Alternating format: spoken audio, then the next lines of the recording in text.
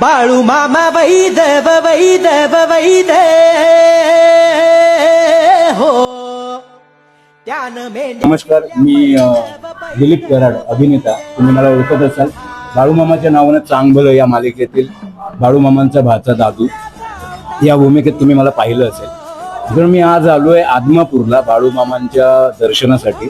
मी आत्तापर्यंत बरेच वर्ष झाले सिरियल करूनही आलो नव्हतो. फर्स्ट टाइम आहे माझं बाळूमामांच्या दर्शनासाठी आलोय आणि इथे येऊन माझा हा एक्सपिरियन्स मी तुमच्याबरोबर शेअर करतोय.